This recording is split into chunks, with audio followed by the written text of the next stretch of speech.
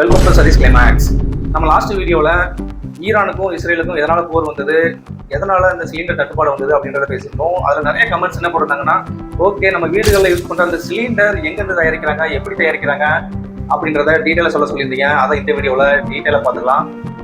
ஆக்சுவலாக நம்ம வீடுகளில் பயன்படுத்துகிற சிலிண்டர் அதில் இருக்கிற வாய் அதை என்ன சொல்லுவாங்க அப்படின்னா எல்பிஜி, லிக்விட் பெட்ரோலியம் கேஸ்.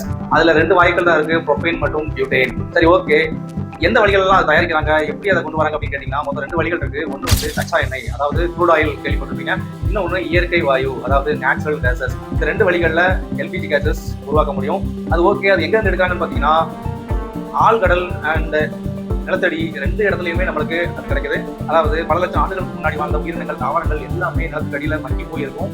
அதை நம்ம டெக்னாலஜி யூஸ் பண்ணி எங்கே இருக்குது அப்படின்றத ஃபைன் பண்ணி அந்த நிலத்துக்கு அடியில் 2 to 5 கிலோமீட்டருக்கு ட்ரில் பண்ணி அந்த பைப் வழியாக மேலே கொண்டு வராங்க.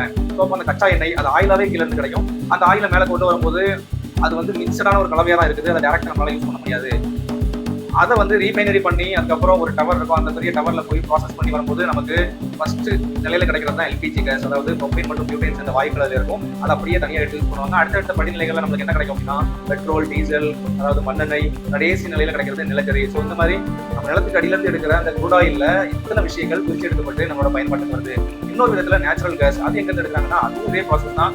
பல லட்சம் ஆண்டுகளுக்கு முன்னாடி மக்கி போன தாவரங்கள், உயிரினங்கள் எல்லாமே கீழே கேஸஸாக ஃபார்ம் ஆயிருக்கும். அந்த கேஸை டெக்னாலஜி மூலமாக கண்டுபிடிச்சி ட்ரில் பண்ணி அதே 2 or 5 கிலோமீட்டர்ஸ்க்கு கீழே ட்ரில் பண்ணி, அதாவது நிலத்துக்கு அடியில் துளை போட்டு அந்த பைப் வழியாக கேஸை கொண்டு வராங்க. இந்த க்ரூட் ஆயில் அப்படின்றது எண்ணெயாவே கீழே இருந்து எடுக்கப்படும். இந்த நேச்சுரல் கேஸ் அப்படின்றது வாயுக்களாக தான் கீழே இருந்து எடுக்கப்படும். அப்போ அந்த வாயுக்கள் கீழே இருந்து எடுத்து வெளியே கொண்டு வந்து அதை வந்து ப்ராசஸ் பண்ணும்போது ஃபர்ஸ்ட் கிளீனிங் ப்ராசஸ் பண்ணுறாங்க. அப்படி பண்ணும்போது அதில் இருக்க water, carbon di oxide, sulphur இது எல்லாமே நீக்கின பிறகு டேரெக்டாகவே நம்மளுக்கு ப்ரோபேன், பியூட்டேன் வாயுக்கள் கிடைச்சிடும்.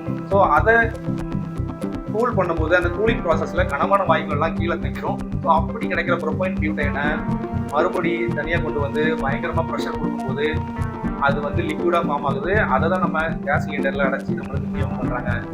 ஸோ இந்த மாதிரி 2 வழிகளில் நம்மளோட வீட்டுக்கு வர்ற எல்பிஜி சிலிண்டர் தயாரிக்கப்படுது. ஸோ அப்போ இன்னொரு கொஸ்டின் கேட்கலாம். என்ன கொஸ்டின் அப்படின்னா, எது மூலமாக கிடைக்கிற கேஸ் அதிகமாக யூஸ் பண்ணுறாங்க அப்படின்னு கேட்டிங்கன்னா நேச்சுரல் கேஸ். நேச்சுரல் கேஸ் மூலமாக வர்ற எல்பிஜி தான் 60% வந்து யூஸ் பண்ணிட்டு இருக்காங்க. கச்சா எண்ணெயிலேருந்து தயாரிக்கிற எல்பிஜி கேஸ் வந்து 40%. ஏன் அப்படின்னா கச்சா எண்ணெயிலேருந்து தயாரிக்கப்படுற எல்பிஜி வந்து ப்ராசஸ் அதிகம், பட் நேச்சுரல் கேஸ்லேருந்து தயாரிக்கப்படுற எல்பிஜி வந்து ப்ராசஸ் கம்மி, டேரெக்டாகவே அதிகமாகவே நம்மளால் ப்ரொடியூஸ் பண்ண முடியும். ஸோ இந்த மாதிரியான சுவாரஸ்யமான தகவல்களுக்கு நம்ம சேனலில் ஃபாலோ பண்ணியிருக்கேன். அப்படியே இந்த நியூஸை ஃப்ரெண்ட்ஸ் அண்ட் ஃபேமிலி மெம்பர்ஸ்க்கு ஷேர் பண்ணியிருக்கேன். தேங்க்யூ.